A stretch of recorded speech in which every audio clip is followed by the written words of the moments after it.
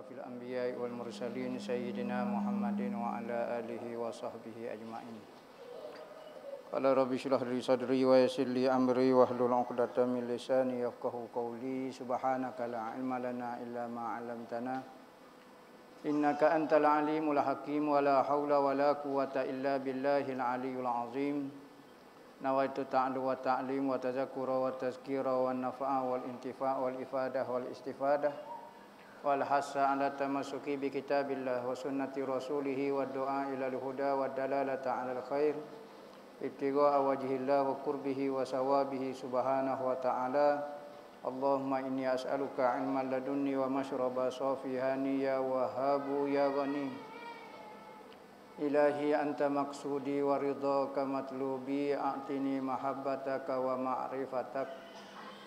Amma ba'du, assalamualaikum warahmatullahi wabarakatuh. Berkata Allamah Mufassir Muhaddis Rabbani Abdullah Sirajuddin Al-Husaini dalam kitab dia Sayyiduna Muhammad Rasulullah sallallahu alaihi wasallam, sehinggalah perkataan dia sekarang kita duduk berkecek mengenai keluasan ilmu Nabi sallallahu alaihi wasallam. Nabi Muhammad ni kalau nak kecek bak diri dia tak habis. Katanya ulama, kalulah manusia sepanjang hayat mengkaji mengenai diri Nabi, nescaya sampai kiamat pun tak habis. Sehingga ke Nabi Muhammad sendiri tak tahu sekadar mana diri dia. Wa ma araftu qadri illallah. Aku tidak tahu kadar kedudukan aku, keistimewaan aku di sisi Allah kecuali Allah Ta'ala sahaja. Sebab itulah katanya ulama, kalulah kita membuka rahsia Nabi Muhammad, nescaya terbatallah syariat. Terbatas syariat lagu mana? Orang masuk neraka Nabi Muhammad boleh buat masuk dalam syurga. Seolah-olah tidak ada faedah lah syariat. Kerana dengan syafaat Nabi, orang masuk neraka lolo-lolo boleh tubik lagi. Seolah-olah terbatallah syariat apabila membuka rahsia kenabian. Dan apabila kita buka rahsia ketuhanan, maka terbatallah rahsia kenabian. Rupanya hebat Nabi Muhammad tak lain tidak bukan daripada Allah Subhanahu Wa Taala belaka. Kita sekarang duduk belajar mengenai Nabi Muhammad. Orang di luar sana duduk belajar mengenai dunia. Belajar nak jadi kelayo, belajar nak jadi goni. Kita belajar nak kenal Nabi sallallahu alaihi wasallam. Belajar nak kenal Nabi Muhammad tujuan supaya timbul perasaan saya, timbul perasaan rindu, timbul perasaan Nabi ni sangat banyak jasa kepada kita. Ada orang hidup beragama, hidup dalam suasana agama tetapi lupa jasa Nabi sallallahu alaihi wasallam. Dalam hati dia tidak ada perasaan hebat pun Nabi. Kok dia rasa dia paling hebat sekarang. Saya paling pintar, saya paling bijak, saya gini, saya. Kecek agama, lupa orang hok bawa agama. Seolah-olah orang wi pemberian kepada kita, tiba-tiba kita khoya dengan pemberian tu. Lupa orang yang jo beri pemberian tu. Maka antara benda-benda yang menyempurnakan iman adalah percaya ke Nabi. Kita nak sayang ke Nabi, kalau tak kenal Nabi tak boleh buat. Tak mungkin kita menyayangi, tak mungkin kita rasa berjasa seseorang yang kita tidak kenal. Maka kita belajar mengenai kehebatan Nabi supaya timbul dalam hati kita, Nabi Muhammad lah yang paling hebat. Kerana apa? Kerana dunia manusia sekarang kecek bukan Nabi Muhammad hebat. Ahli-ahli ekonomi berkecek ekonomi yang paling hebat. Kita kalau tak pergi ekonomi sudahlah kita, kalahlah kita. Ahli-ahli ketenteraan, ahli-ahli gini kata tentera lah. Persiapan senjata lah yang paling hebat dia. Maka ahli-ahli politik, ahli-ahli suka kepada kuasa, maka dia kecek. Kuasa lah segala-galanya. Apabila kita ada kuasa, hebatlah kita. Begitu. Maka kita sekarang duduk ngaji kehebatan Nabi Muhammad. supaya kita nampak Nabi Muhammad bisa sekali. Bisa tak bisa di akhirat zaman nabi-nabi masa tu, nabi-nabi tak ada. Nabi-nabi tak boleh nak minta, tak boleh tolong orang pada masa tu. Maka Nabi Muhammad kata bu ambo boleh tolong. Buka mahkamah Allah Taala. Pada masa tu orang hok pegang senjata rasa tak ada faedah senjata dia. Orang hok pegang ekonomi, pegang pitih rasa tak ada faedah pitih dia. Orang hok pegang kuasa, pegang gapo rasa tak ada faedah belaka. Maka Nabi Muhammad pada masa tu zahir.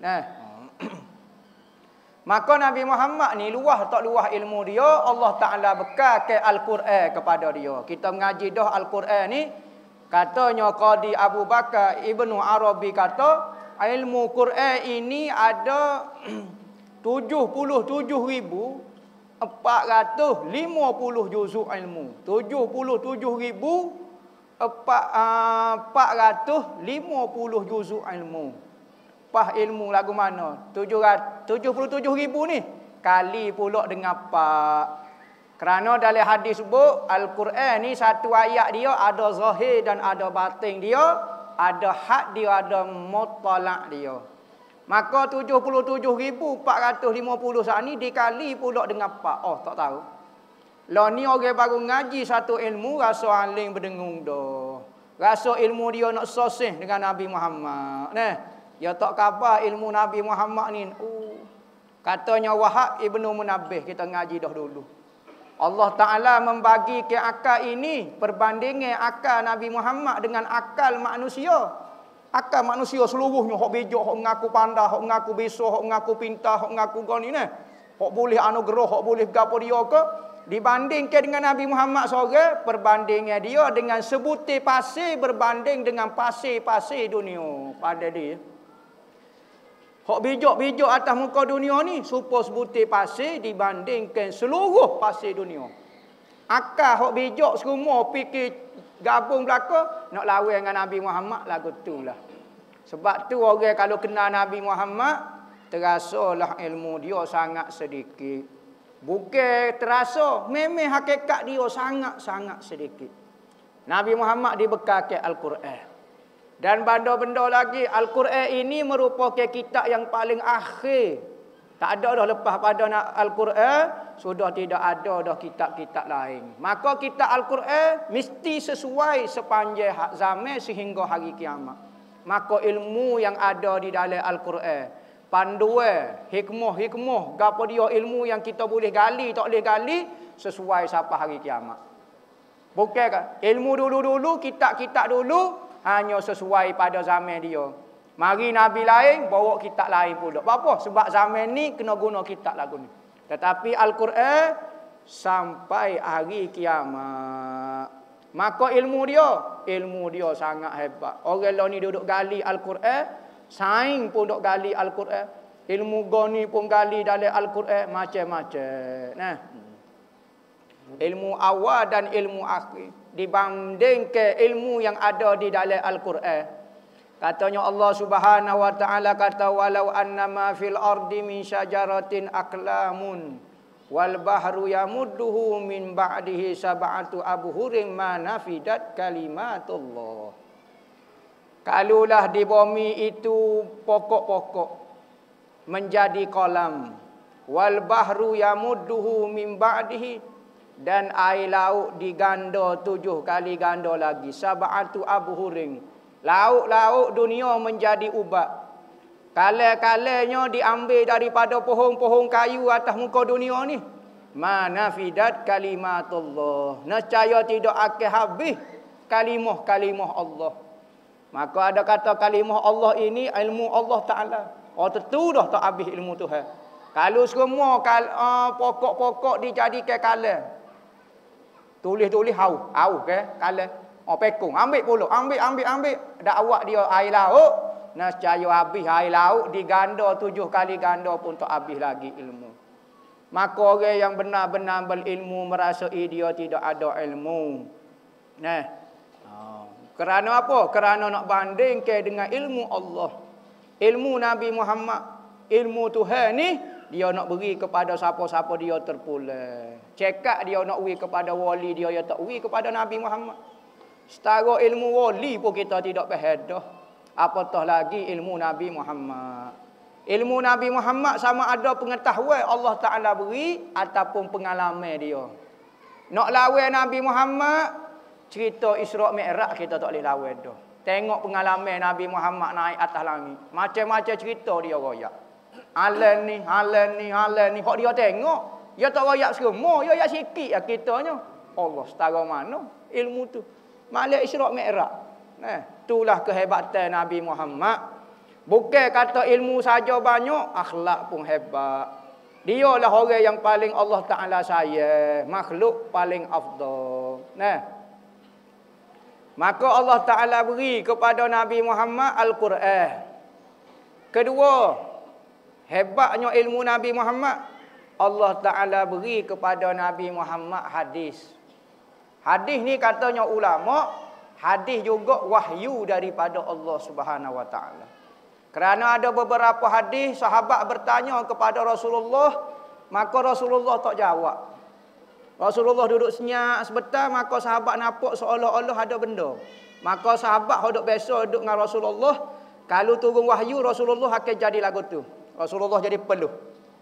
Kadang-kadang dia ambil kain sebar dia ni, dia letak gini, dia jadi ketah. Kadang-kadang bunyi seperti loceng besar, bunyi. Yakni wahyu turun kepada dia. Kadang-kadang bunyi macam lebah. Maka sahabat pun lepas pada tu Rasulullah pun kesap peluh dia. Rasulullah jawab hadis. Maka hadis rupanya ada daripada wahyu juga. Bukan kata hadis ni semata-mata daripada Nabi saja. Al-Quran saja wahyu, hadis tu tidak wahyu. Al-Quran ni perkataan dia pun wahyu, diri makna dia pun wahyu. Manakala hadis makna dia tu wahyu, tetapi ayat tu Nabi Muhammad ubah. Nabi Muhammad sendiri gubah ayat tu, tetapi dia bukan kata mari daripada fikiran Nabi Muhammad, mari daripada bimbingan Allah Ta'ala juga. Wa ma yantiku anil hawa in huwa illa wahyun yuha. Tidak berkeceklah Nabi Muhammad satu perkataan kecuali sudah diwahyukan kepada dia. Al-Quran wahyu, hadis wahyu, macam-macam cerita mengenai hadis. Satu kali Nabi Muhammad berkecek,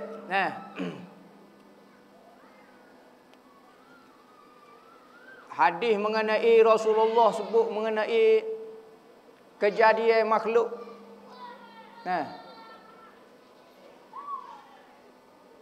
Rasulullah menzahirkan benda-benda gaib. Antaranya hadis katanya Nabi, Rasulullah memberitahu benda yang mula-mula dicipta oleh Allah Subhanahu Wa Ta'ala sehingga ke manusia masuk kepada syurga dan neraka.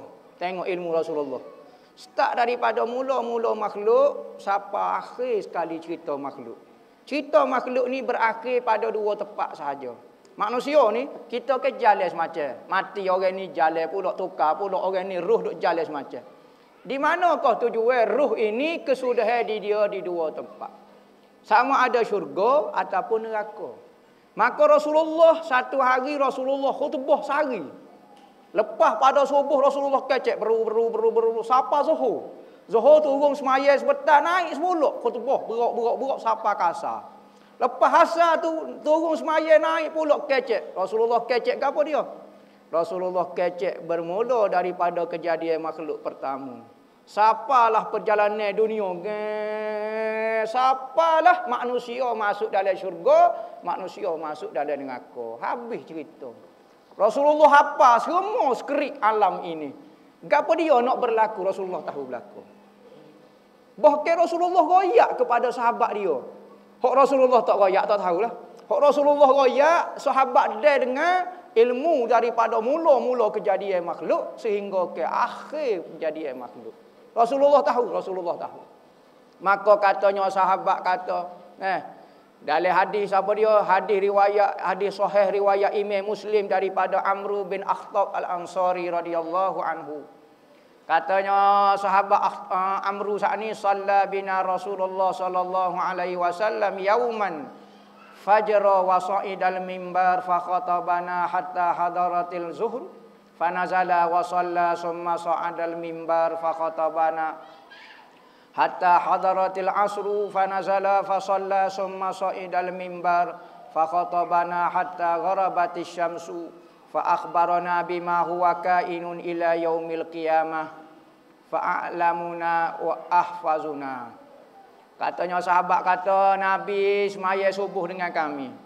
Lepas maya subuh, Nabi naik atas mimbar gitu.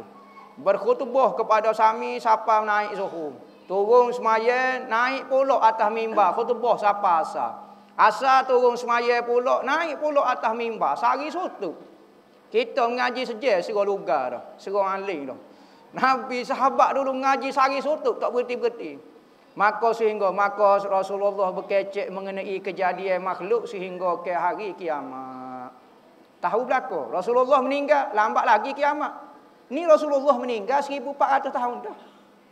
Kalulah Rasulullah duduk di akhir zaman, munasabah ya cerita sebab pengalaman dia. Ni masa dia kecek, hok masa dulu dia kecek dah. Hok tengah berlaku dia kecek lagi, hok akan datang dia kecek. Tengok ilmu dia. Ilmu awalin wal akhirin. Nabi Muhammad diberi ilmu orang awal dan orang akhir. Tu setara tu ilmu dia pun tak boleh nak lawan dah. Maka sahabat kata, hok ingat-ingatlah, muka panjang ke cerita Nabi. Daripada subuh pas maghrib, hok ingat-ingat, hok tak ingat, tak ingat. Katanya sahabat, kadang-kadang ambo jumpa masalah ni, aku teringat, oh Rasulullah royak dah kat ambo ni.